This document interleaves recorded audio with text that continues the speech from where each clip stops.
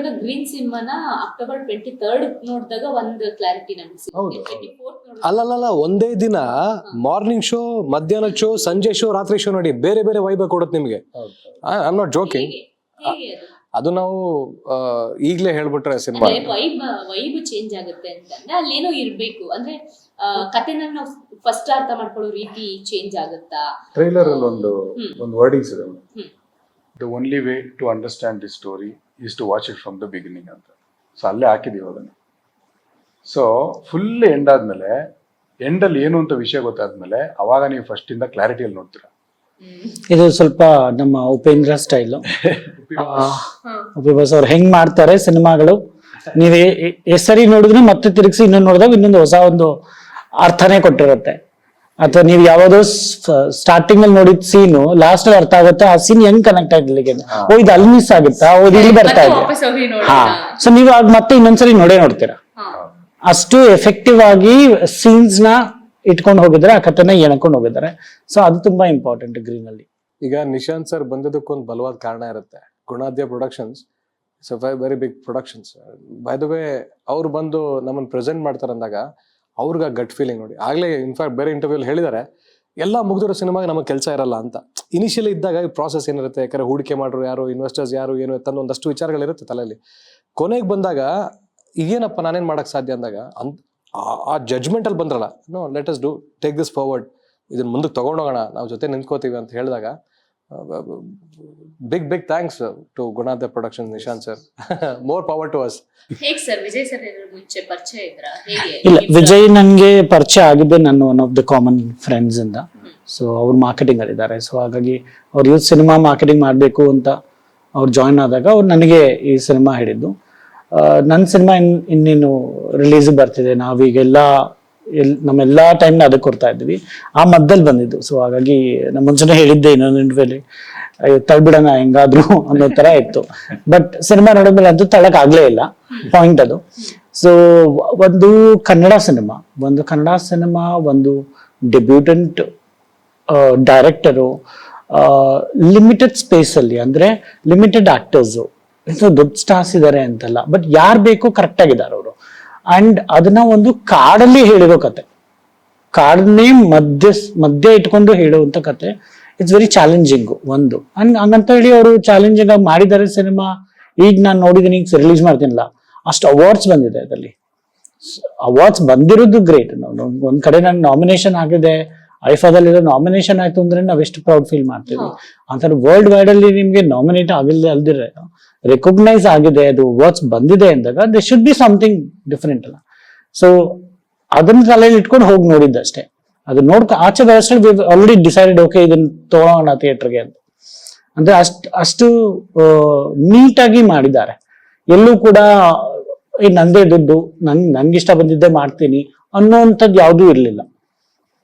ಒಂದು ಆಡಿಯನ್ಸ್ ಏನ್ ಕೊಡ್ಬೇಕೋ ಅದು ಕರೆಕ್ಟ್ ಆಗಿದೆ ಅಂತ ಒಂದು ಸಿನಿಮಾ ಇದೆ. ಅಂತ ಇದಕ್ಕೆ ಪ್ರೋತ್ಸಾಹ ಕೊಡ್ಬೇಕು, ಸಾಥ್ ನಿಲ್ಬೇಕು ಅಂತ ಅನ್ನಿಸ್ತು, ನಿಂತಿದ್ವಿ.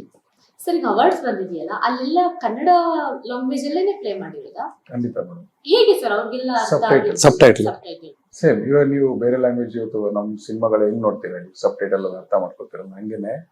So that is how we original ಕನ್ನಡನೇ ಮಾಡ್ಬೇಕು ಅಂತ. ಇನ್ಫ್ಯಾಕ್ಟ್ ನಾವು when we getting ready with the dubbing ಅದು ಇದೆಲ್ಲ ಮಾಡ್ಬೇಕಾದ್ರೆ ಈ ತರ ಕ್ವಾಲಿಟಿ ಮಾಡಿದ್ರಲ್ಲ, ಇದು ಬೇರೆ ಲ್ಯಾಂಗ್ವೇಜ್ ಅಲ್ಲಿ ಬಂದ್ಬಿಟ್ಟಿದ್ರೆ ಹಂಗಾಗ್ಬಿಡುತ್ತೆ, ಮಲಯಾಳಂ ಅಲ್ಲಿ ಬಂದ್ಬಿಟ್ಟಿದ್ರೆ ಹಿಂಗಾಗ್ಬಿಡುತ್ತೆ ಅಂತ ನಮ್ಗೆ ಹೇಳಿದ್ದು ಉಂಟು. ಆಕ್ಚುಲಿ ನಾವು ಹಂಗಂದ್ರೆ ನಾವು ಕನ್ನಡದಲ್ಲಿ ಯಾವಾಗ್ಲೂ ಮಾಡ್ಲೇಬಾರ್ದ, ಕನ್ನಡದಲ್ಲಿ ಬರ್ಲೇಬಾರ್ದ ಈ ತರದೆಲ್ಲ. ಸೊ ನಾವು ನಮ್ಮ ಮಠನೇ ಇದ್ದಿದ್ದು ಅದೇನೆ, ಕನ್ನಡದಲ್ಲಿ ಹೊಸ ರೀತಿ ಮಾಡ್ಬೇಕು, ಹೊಸ ರೀತಿ ತರಬೇಕು ಅಂತ. ಆಮೇಲೆ ನಾವು ಮಾಡ್ತೀವಿ ಮೇಡಮ್. ಆಕ್ಚುಲಿ ಇವಾಗ ನೋಡಿ, ನಮ್ಮ ಶಕ್ತಿ ಮೀರಿ ನಾವ್ ಏನೇನ್ ಮಾಡ್ಬೇಕು ಇಲ್ಲಿವರೆಗೂ ಅದನ್ನೆಲ್ಲ ಮಾಡ್ಬಿಟ್ವಿ.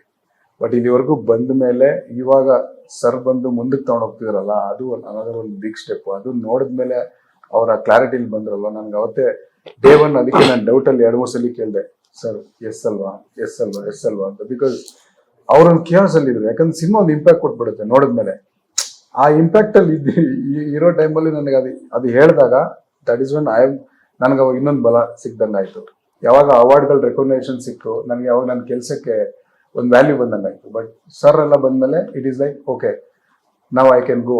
ಅದೊಂದು ಹೇಳುತ್ತಲ್ಲ ಮೇಡಮ್, ಒಂದು ಹಿಂಟ್ ನಾನು ಹೇಳದ್ನಲ್ಲ, ಒಂದು ಏನೋ ಒಂದು ಫೋರ್ಸ್ ಇರುತ್ತಂತ. ಹಂಗೆ ಇದು ಕನೆಕ್ಷನ್ ಆಗಿದ್ದು ಹಾಗೇನೆ. ಅಂಡ್ ಐ ಬಿಲೀವ್ ದಟ್ ಈ ಕಾಲಘಟ್ಟಕ್ಕೆ ನೋಡಿ ಈ ವಾರ ನಾವು ಇದು ಬರ್ಬೇಕಾಗಿತ್ತು ಅನ್ನೋದು ಇಟ್ಸ್ ಅ ಡೆಸ್ಟಿನ್ ಅಂತ ಅಷ್ಟೇ. It is really like I am excited.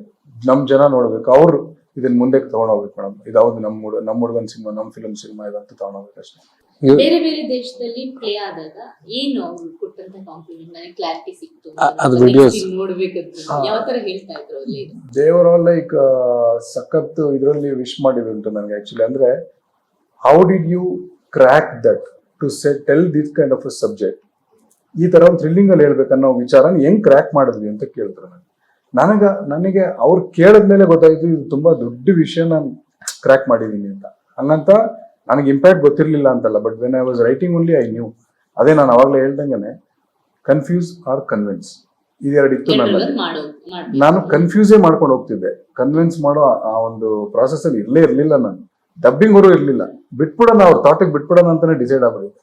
ನಮ್ ಟೀಮ್ ಎಲ್ರು ಕೂತ್ಕೊಂಡು ಬೇಡ ನಿನ್ಗೋಸ್ಕರ ನೀ ಸಿನಿಮಾ ಮಾಡ್ತಿಲ್ಲ, ಎಲ್ರಿಗೋಸ್ಕರ ಮಾಡ್ತಿದ್ಯಾ, ಕನ್ವಿನ್ಸ್ ಮಾಡೋಣ ಇಲ್ಲಿಂದ, ಇಲ್ಲ ಅಂದ್ರೆ ತುಂಬಾ ಟೆನ್ಷನ್ ಆಗ್ಬಿಡ್ತಾರೆ, ಇದಕ್ ಮೇಲೆ ನಾವು ಕೊಡ್ಬಾರ್ದು. ನನ್ನ ಪ್ರಕಾರ ಏನಂದ್ರೆ ಆಡಿಯನ್ಸ್ ಅವ್ರ ಆಲ್ರೆಡಿ ವೆರಿ ಮಚ್ ಮೆಚೂರ್ಡ್. ಅವ್ರಿಗೆಲ್ಲ ನೆಕ್ಸ್ಟ್ ಲೆವೆಲ್ ಕಂಟೆಂಟ್ ಗಳೆಲ್ಲ ನೋಡ್ತಾರೆ. ಅಂತವ್ರಿಗೆ ನಾವ್ ಇಲ್ಲಿಗೆ ಬಿಟ್ರೆ ಅವ್ರು ಅರ್ಥ ಮಾಡ್ಕೋತಾರ ಅನ್ನೋದು ನನ್ನ ಆಟ. ಆದ್ರೆ ನಮ್ ಟೀಮ್ ಯಾರು ಅದಕ್ಕೆ ಅಲ್ಲ ಹಂಗಿತ್ತು. ಬಟ್ ಆದ್ಮೇಲೆ ನಮ್ ಟೀಮ್ ಎಲ್ಲ ಸೇರಿದೆ ಫಿಕ್ಸ್ಡ್ ಇಟ್, ಇಲ್ಲ ಇಲ್ಲಿಂದ ನಾವು ಕೊಡೋಣ ಅಂತ ಹೇಳ್ಬಿಟ್ಟು. ಆಮೇಲೆ ನಾವು ಕೊಟ್ಟಾಗ ಓವರ್ ಆಲ್ ನೋಡಿದಾಗ ನನಗೆ ಅದು ಅನಿಸ್ತು ಇಂಪ್ಯಾಕ್ಟ್. ಬಹಳ ಒಳ್ಳೆ ಮಾತು ಹೇಳ್ತಾರೆ. Sorry to interrupt you sir. ಇವ್ರು ಹೇಳಿದ್ರಲ್ಲ, ಈ ಥ್ರಿಲ್ಲರ್ ಸಬ್ಜೆಕ್ಟ್ ಆಗ್ಲಿ, ಸೈಕಾಲಜಿಕಲ್ ಸಬ್ಜೆಕ್ಟ್ ಆಗ್ಲಿ, and by the way Uppi ಬಸ್ ಅವರ ಬಹಳ ಕಟ್ಟ ಅಭಿಮಾನಿ, ಒಂದು ಚಿಕ್ಕ ವಯಸ್ಸಲ್ಲಿ ಇನ್ಫ್ಲೂಯೆನ್ಸ್ ಆಗಿರೋಂತ ಅವ್ರ ಸಿನಿಮಾಗಳು ನೋಡಿ.